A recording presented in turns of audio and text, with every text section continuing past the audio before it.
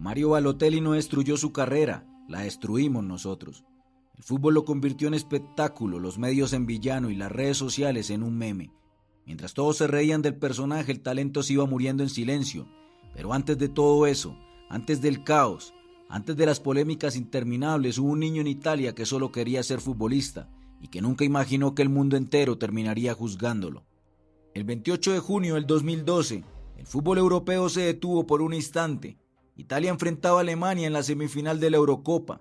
Era una noche pesada, cargada de historia, presión y expectativas.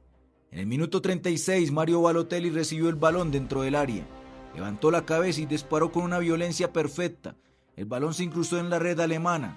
Balotelli anotó. El estadio explotó. Sus compañeros corrieron hacia él.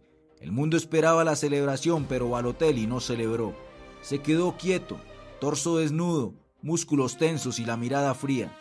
Durante unos segundos parecía más una estatua que un futbolista. No gritó, no sonrió, no corrió, solo miró.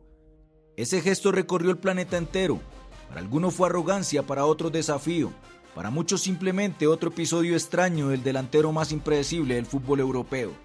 Pero detrás de esa escena había algo más profundo, algo que venía construyéndose desde mucho antes. Mario Balotelli nació en Palermo de 1990, pero su historia comenzó marcada por una ruptura temprana. Sus padres biológicos, inmigrantes ganeses, enfrentaban dificultades económicas y de salud. Cuando Mario tenía apenas 3 años, fue acogido por una familia italiana en Brescia. La familia Balotelli creció lejos de su origen biológico, en una ciudad donde su piel oscura lo convertía en una excepción visible. En las calles de Brescia el fútbol fue su refugio. Mientras otros niños jugaban por diversión, Mario jugaba con una intensidad distinta, como si cada partido fuera una prueba, como si cada gol fuera una forma de quedarse. Su talento apareció pronto, era más fuerte que los demás, más rápido, más agresivo, pero también tenía algo que desconcertaba a los entrenadores, una calma extraña, casi desafiante.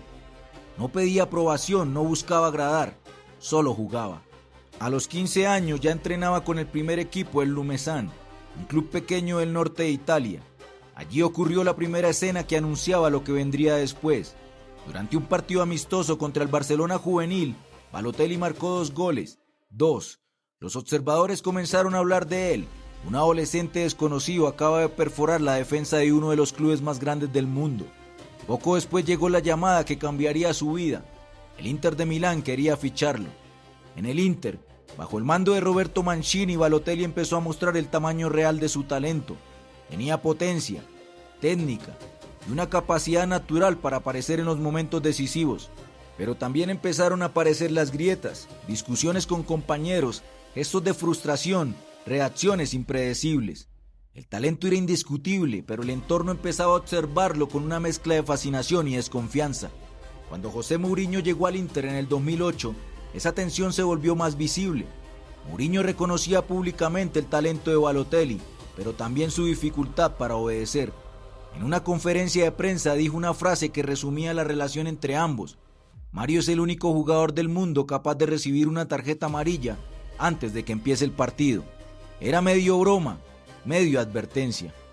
En el campo Balotelli seguía marcando goles, pero fuera de él, su figura comenzaba a dividir opiniones. Para algunos era un prodigio incomprendido, para otros, un problema inevitable.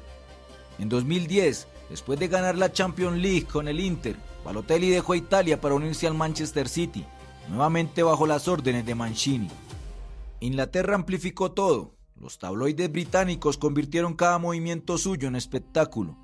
Historias sobre fiestas, multas de tráfico, incendios accidentales en su casa por fuegos artificiales, discusiones con entrenadores.